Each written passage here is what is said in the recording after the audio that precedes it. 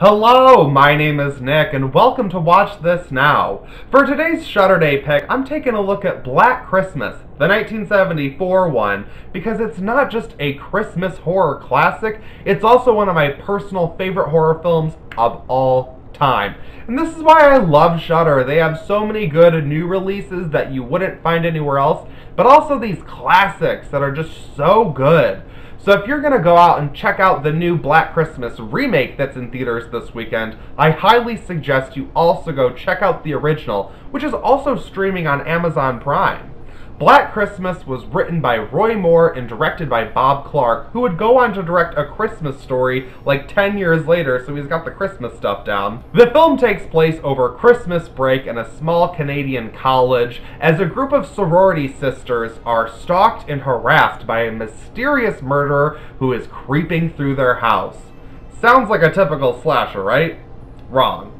Dead wrong. Black Christmas came out just a few months after the original Texas Chainsaw Massacre, and the two films are cited as the beginnings of the slasher craze that started in the late 70s and went on well through the 80s. This film specifically does things that were later emulated in films like When a Stranger Calls and Halloween. While the plot of this film does sound like some sort of typical slasher film, it's anything but. If this was made like 10 years after it would probably pretty much be the Slumber Party Massacre. But what we have here is a very different, mysterious thriller that is so entertaining no matter how many times I watch it, it does not get old. The film starts out with a shot of the sorority house that is our main location of the film, and we see the killer from his point of view as he creeps around this house. He climbs a trellis on the side of it and creeps up into the attic. The killer then murders one of the sorority sisters, which sets off the rest of the plot as the characters begin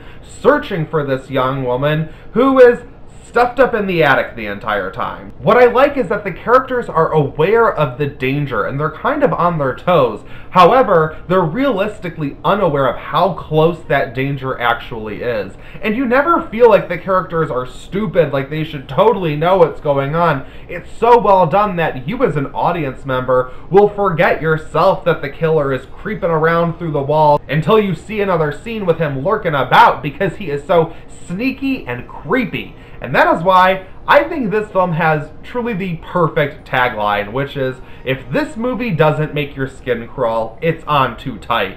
And I am not kidding when I say every single time I watch this movie, it makes my skin crawl. The cinematography is appealing to the eye, and what I really like is there are several shots that are darkly lit in a way to obscure the killer's face, and it still works. Those scenes still hold up today. So much of this film feels so very contemporary and still works because Bob Clark does such a great job of infusing the comedy in the beginning of the film with the horror elements that play throughout. The structure is really quite flawless as the opening of the film sets up our characters, the killer and the sorority sisters. And the first act kind of plays out like a college comedy, like National Lampoon's Canadian Murder Mystery, as our characters are celebrating the holiday and drinking and having fun, which is great because it not only sets up our characters in a strong and realistic way, but it also disarms you as an audience member because you're just invested in watching these characters live their college life.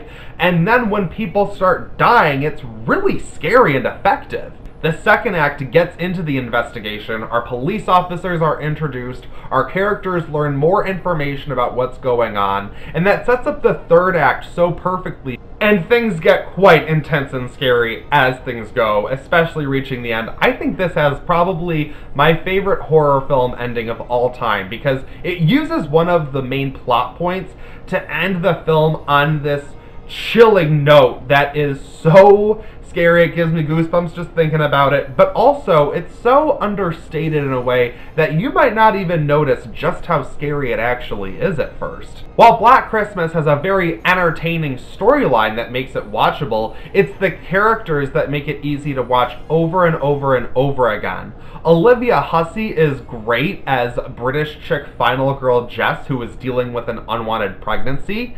Andrea Martin is also great as the best friend type Phil, who is probably most concerned with the missing sorority sister Claire, and throughout her scenes we see equal parts strength and vulnerability. And then you have Margot Kidder, who would go on to be Lois Lane. She is the scene stealer Barb, the drunk one.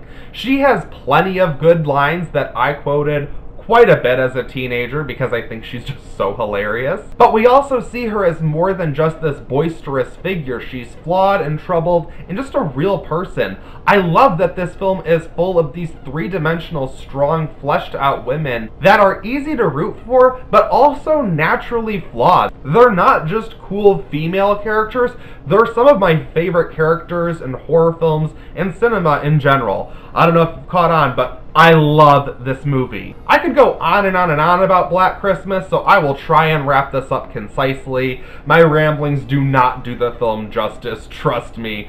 But I just think that this is such a well-done film in terms of its direction, the way it handles its tone, the comedy, the horror. Everything hits right the way that it's supposed to. Being the slasher fan I am, I know I might seem biased, but while I think the film doesn't need to go full slasher, the way that it does wraps up the progression of the film in such an entertaining and exciting way. I mean, the last like 10 minutes of this film, whew, it's like sad and tragic and horrifying. I'm just like, I'm feeling it all just thinking about it. I'm taking a lot of time to ramble, not just because I love this film so much, but also because I think that this is probably the first perfect grade I'm giving here on this channel, so I'm gonna stand by it because I think it is perfectly warranted.